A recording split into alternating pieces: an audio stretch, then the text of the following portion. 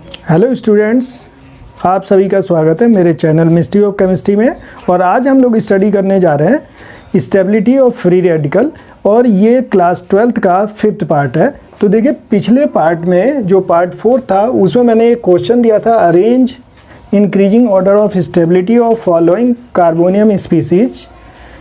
तो इसमें हमें स्टेबिलिटी फाइंड आउट करना था। तो देखिए, स्टेबिलिटी को कैसे फाइंड आउट करेंगे, इसे हम लोग सॉल्व करते हैं। तो मैंने क्या बताया था कि जहाँ भी आप प्लस देखें, प्लस को क्या मानना है कि वह एक गरीब परिवार है। तो देखिए, ये प्लस है, तो ये कैसी है, एक हमारी पुअर फैमिली है।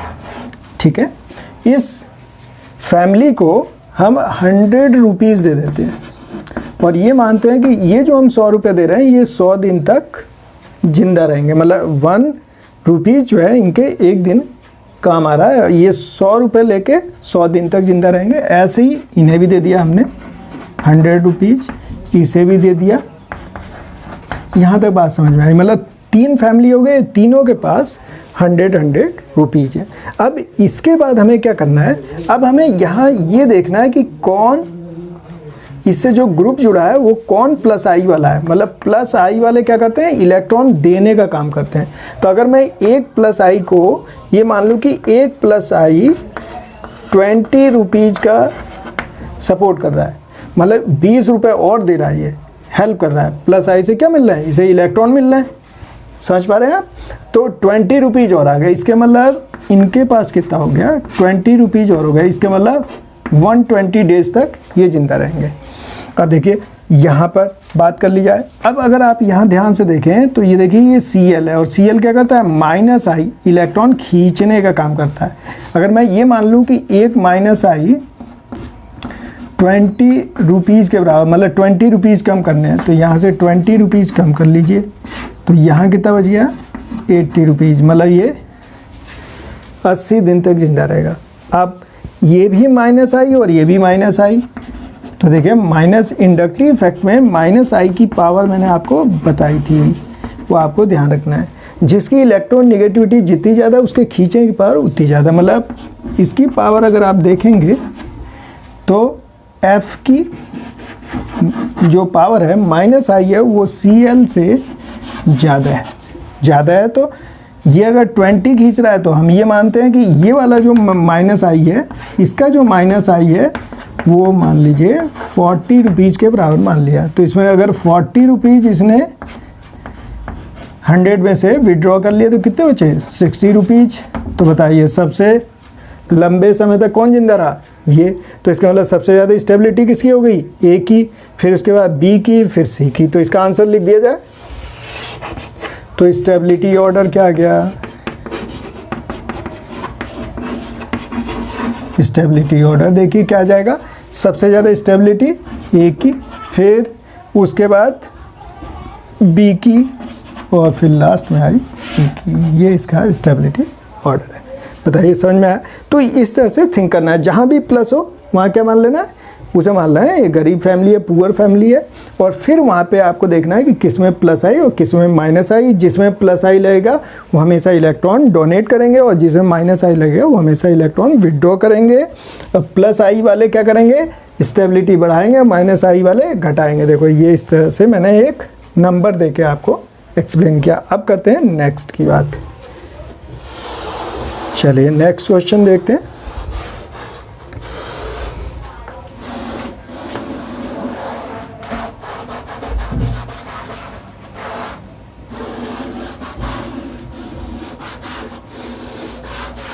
समझिए, नेक्स्ट क्वेश्चन को समझते हैं।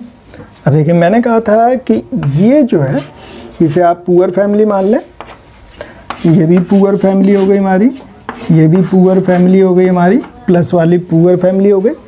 और प्लस आई आपको मालूम है, प्लस आई क्या होता है, सबसे ज़्यादा पावर।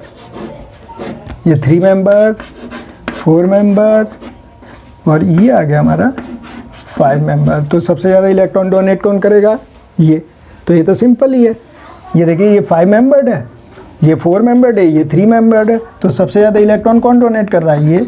इसका प्लस आई ज़्यादा है। फिर इसके बाद इसका प्लस आई और इसके बाद इसका प्लस आई, तो सबसे ज़्यादा इलेक्ट्रॉन डोनेट ये कर रहा है, तो सबसे ज़्यादा स्टेबिलिटी किसकी, तो इसका ऑर्डर क्या आ जाएगा, स्टेबिलिटी ऑर्डर जो है सबसे ज़्यादा है सी के बाद बी और बी के बाद ई, ये इसका स्टेबिलिटी ऑर्डर आ गया। इस तरह से इन क्वेश्चन को सॉल्व करना था। फिर देखिए नेक्स्ट क्वेश्चन देखते हैं।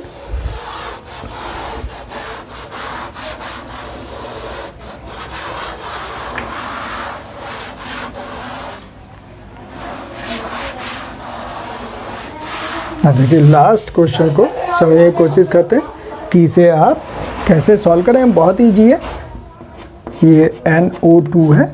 तो देखिए इसे करने से पहले सबसे पहले माइनस आई की पावर देख ली जाए कि किसकी किससे ज़्यादा है। तो सबसे ज़्यादा होती है पावर जो वो होता है NO2, फिर इसके बाद आएगा Br और लास्ट में होगा माइनस आई। बताइए सबसे कम कौन खींच रहा है, जो सबसे कम खींचेगा। मतलब क्या मतलब, मैंने ये बताया था आपको कि ये पुअर फैमिली, ये पुअर फैमिली, ये पुअर फैमिली, ठीक है। समझिए ध्यान से, अगर ये 100 रुपीज़ हमने सभी को दे दिया है, 100 रुपीज़ है इनके पास, इस गरीब परिवार के पास 100 रुपीज़ है। अब देखिए इनके अलग अलग खींचने की पावर है, सबसे ज़्यादा ये खींच रहा है। मान लीजिए ये आपका 50 रुपीज़, ये आपका 30 रुपीज़, ये आपका मान लेते हैं 10 रुपीज़, ये विड्रॉ करने की पावर है। तो अब देखिए सबसे ज़्यादा कौन विड्रॉ करेगा, ये। तो 100 में से 50 को ज़रा माइनस कीजिए, कितने बचे 50। अब देखिए 100 में से कितने को माइनस कर लें, क्यों कर रहा हूँ माइनस, ये देखिए ना, ये माइनस आई, ये माइनस आई और ये भी माइनस आई। अब यहाँ कितना माइनस करूँ 100 में से, ये किसके बराबर मान लिया मैंने 30, तो ये कितना आ गया 70 रुपीज़ आ रहा है। अच्छा इसमें से कितना 10 माइनस किया जाए तो ये कितना आ गया 90 रुपीज़ आ गया। देखिए ध्यान से देख रहे हैं। तो सबसे ज़्यादा किसके पास है 90 रुपीज़, सबसे ज़्यादा जिंदा कौन रहेगा सी, तो इसका स्टेबिलिटी सी, फिर बी और फिर ये इसका स्टेबिलिटी ऑर्डर है। क्या बात समझ में आ गई। इस तरह से इस क्वेश्चन को करना था। तो अब हम बात करते हैं आपसे स्टेबिलिटी ऑफ फ्री रेडिकल के बारे में। चलिए उसके बारे में बात करते हैं हम लोग।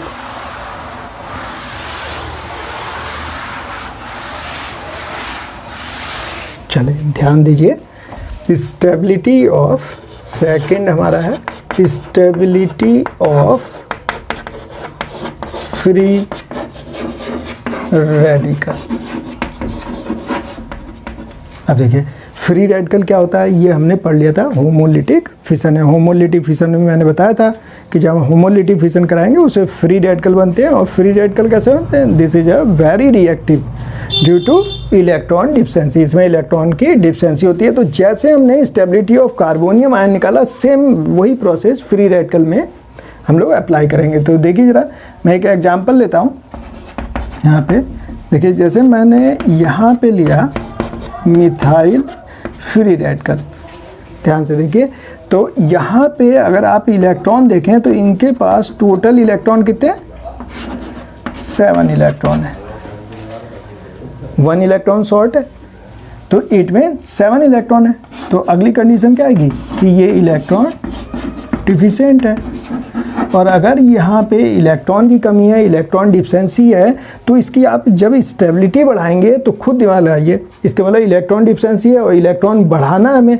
और इलेक्ट्रॉन बढ़ाने के लिए क्या करना पड़ेगा, इलेक्ट्रॉन डोनेट करना पड़ेगा। तो बिल्कुल सेम वैसे ही करना है जैसे कार्बोनियम आयन में हमने किया था। तो मैं यहाँ पे एक जनरल फार्मूला बना लेता हूँ इसका, देखिए ज़रा ध्यान दीजिएगा। यहाँ मैं इलेक्ट्रॉन रिलीजिंग या इलेक्ट्रॉन डोनेटिंग ग्रुप लगा के इलेक्ट्रॉन डोनेट कराता हूँ, तो इसकी स्टेबिलिटी ज़्यादा है। फिर यहाँ पे H लिख देते हैं, जिसका नो इफेक्ट, ना तो ये देगा ना लेगा। यहाँ पे लिख देता हूँ नो इफेक्ट, ये आ जाएगा। और ये हो गया आपका प्लस आई। तो देखिए प्लस आई से इलेक्ट्रॉन दे रहे हैं तो स्टेबिलिटी बढ़ रही है। और नो इफेक्ट H तो ना प्लस आई दिखा था ना माइनस आई। और ये देखिए इलेक्ट्रॉन विथड्रॉइंग ग्रुप, जिसके पास इलेक्ट्रॉन की कमी है, कोई गरीब परिवार है और उससे इलेक्ट्रॉन आप खिंचवाओगे तो स्टेबिलिटी क्या होगी, स्टेबिलिटी डिक्रीज करेगी। तो ये इलेक्ट्रॉन क्या करा रहे हैं आप, विथड्रॉ। तो मैं समझता हूँ समझ में आ गया होगा, इस फार्मूले का यूज करना है। तो चलिए कुछ क्वेश्चन कर लेते हैं जिससे हम इसे समझ जाएं कि कैसे हम स्टेबिलिटी ऑफ फ्री रेडिकल को डिफाइन कर सकते हैं और उसके क्वेश्चनों को सॉल्व कर सकते हैं। तो चलिए आइए बात कर लेते हैं हम लोग। मैं एक एग्जांपल लेता हूँ। एक एग्जांपल लेके एक्सप्लेन करते हैं आपको। Arrange increasing order of stability.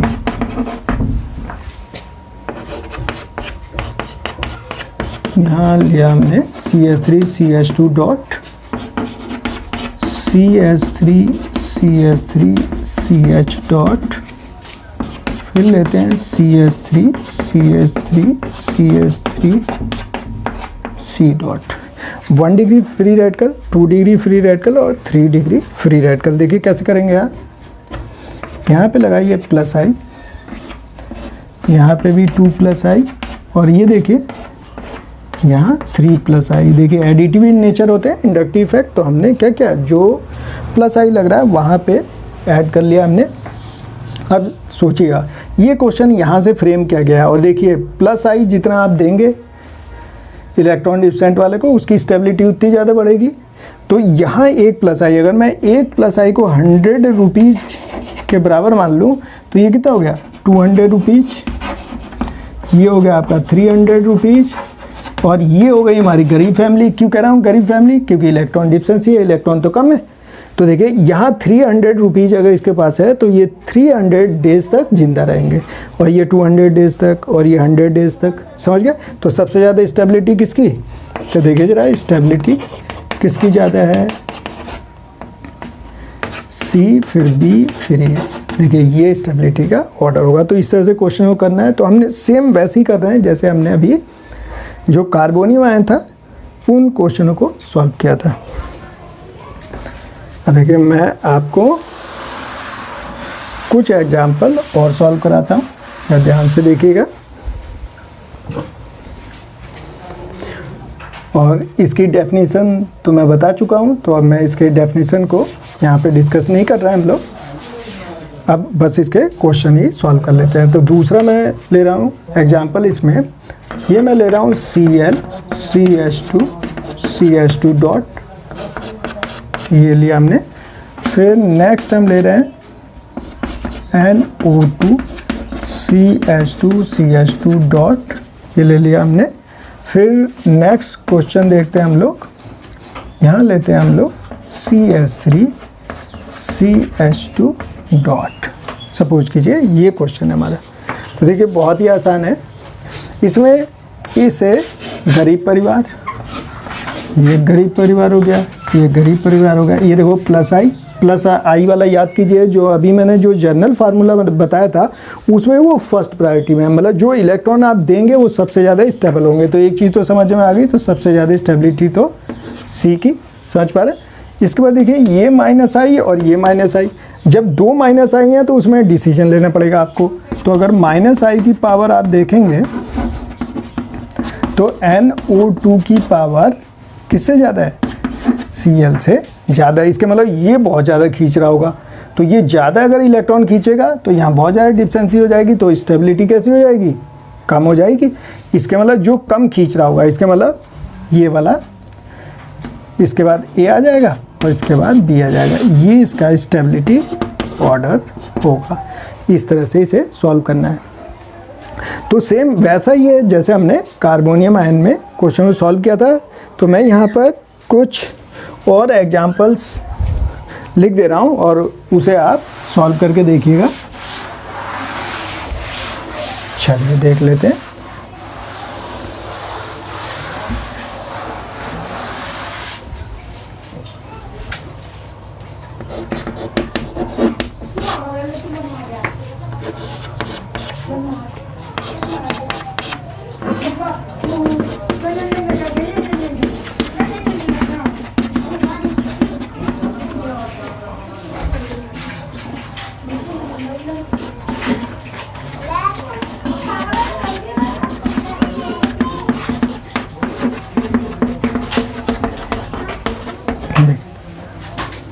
देख लेते हैं हम लोग।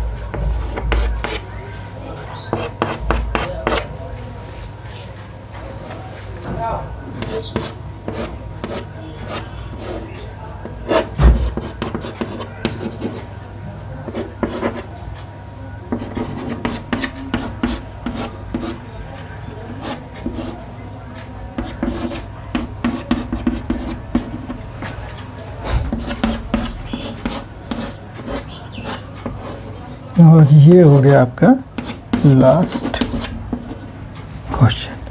तो देखिए, इसे आपको अरेंज करना है इंक्रीजिंग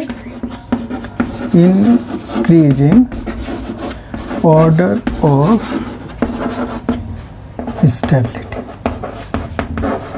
आपको अरेंज करना है। तो इन क्वेश्चनों को आप करके देखिएगा, अगर कहीं पे प्रॉब्लम आएगी तो इसका सॉल्यूशन नेक्स्ट वीडियो में हम आपको फिर सॉल्व करा देंगे। तो इसे आप कर लीजिए, फिर हम आपसे नेक्स्ट वीडियो में नए टॉपिक के साथ मिलते हैं। Thank you.